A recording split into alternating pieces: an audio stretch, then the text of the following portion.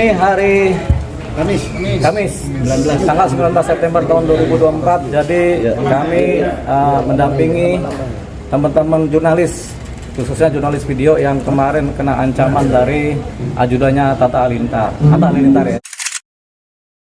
Jadi mereka ada 4 jurnalis di BAP. Jadi semuanya baik pelapor sebagai korban maupun saksi korban yang lain, mereka ada 4 semua di BAP. Jadi sudah selesai BAP-nya dengan pertanyaan yang variatif, tapi intinya sama, bahwasanya mereka menjadi korban dari ancaman dari ajudannya Atta Halilintar. Begitu. Jadi selesai dari pagi sampai sore ini baru selesai. Ada berapa pertanyaan masing-masing saksi, Pak? Masing-masing saksi 20 sampai 30 pertanyaan. Ada yang 22, ada yang 30. Begitu. Seputar ya. apa aja, Pak?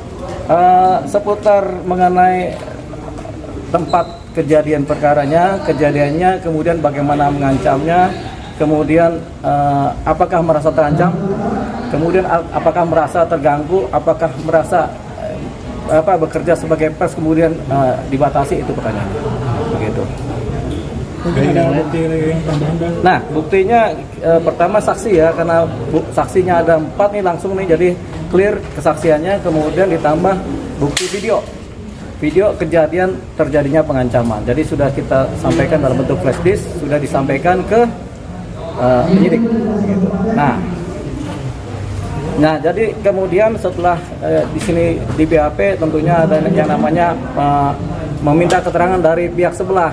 Pihak sebelah ini adalah si pengancam, si terlapor ini. Tapi sebelum nyampe ke situ kan, ini kan kita belum tahu secara detail siapa sih si pengancam ini.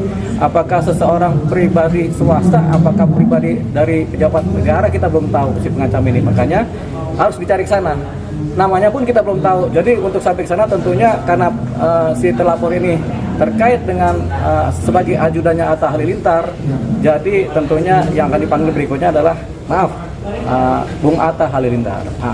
Untuk dipanggil, dimintai keterangan tentunya sebagai saksi, apakah benar ini ajudannya, begitu. Karena nggak mungkin tiba-tiba turun tanpa terkait begitu. Jadi banyak orang tahu juga memang beliau adalah ajudannya Atta Halilintar. Jadi tentunya ke Atta dulu, baru dipertanyakan lah, si ini siapa nih, apakah ajudannya, apa benar apa tidak, namanya siapa, nama lengkapnya, Bang. Jadi terlapor ini bisa terakhir begitu. Mungkin sudah ada ini bocoran jadwal untuk dipertemukan antara si pelapor dan terlapor. Ada bocoran pertemuan antara dan pelapor. Ini kan pengancaman ya, pengancaman dan ini bukan persoalan cyber ya, yang ada kemudian mediasi ya. Jadi karena ini adalah tindak pidana publik murni, kemudian pengancaman murni, memang ada aduannya, tapi ada juga undang-undang pers yang dilanggar. Ini yang publiknya adalah undang-undang pers ini. Jadi kita kemungkinan tidak ada mediasi sih, tidak ada pertemuan mediasi. Jadi karena ini tindak pidana publik murni ya, publiknya ada di undang pers, pengancamannya adalah delik aduan gitu. Tapi karena ada publik murninya ya sudahlah, tampaknya tidak ada mediasi, jadi prosesnya berjalan kontinus terus gitu.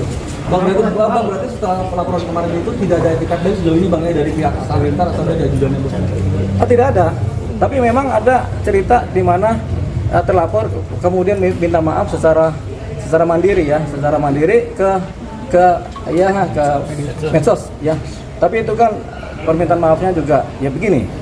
Kalau semua persoalan pidana kemudian selesai dengan minta maaf, nanti ya jaksa nggak kerja, hakim nggak kerja, kemudian di lapas juga nggak ada yang kerja kalau semua minta maaf. Jadi kadang-kadang kita harus pilih-pilih mana yang kita bisa maafkan, mana yang bisa tidak kita bisa maafkan. Tapi pada prinsipnya kalau ada orang minta maaf kan kita pasti memaafkan ya. Tapi kata Mahfud MD, kadang hukum harus jalan terus gitu. Seperti itu. Jadi memang hukum harus jalan terus ini. Bang, prosedur hukumnya seperti apa ketika ini? Apa nanti ditemukan dia sebagai TNI atau dengan sipil, itu ada berbeda nggak sih Bang? Nah, kalau kemudian diketahui bahwasanya ternyata si terlapor adalah misalkan adalah oknum TNI misalnya atau oknum polisi. Kalau si terlapor adalah oknum polisi, tentunya tetap perkara ditangani oleh sipil ya, oleh hukum sipil ya. Tapi kalau terlapor ternyata adalah oknum TNI, nah ini berkasnya kita bawa ke Polda Jaya. Nah, jadi kita pindahkan berkas ini setelah dibundel, dibawa ke Polda Jaya untuk ditindaklanjuti ke Polda Jaya. Tapi kan kita belum tahu ini siapa, gitu. Tampak-tampak sih orang sipil, gitu. Tapi atas sendiri jadwalnya kapan? Hah? Jadwal atas sendiri dipanggil. Itu tergantung penyidik. Tapi yang jelas dari pihak pelapor dan para saksi korban semua sudah di BAP, sudah clear. Tinggal saksi ahli pihaknya Atta, baru terakhir adalah terlapor. Begitu. Oke.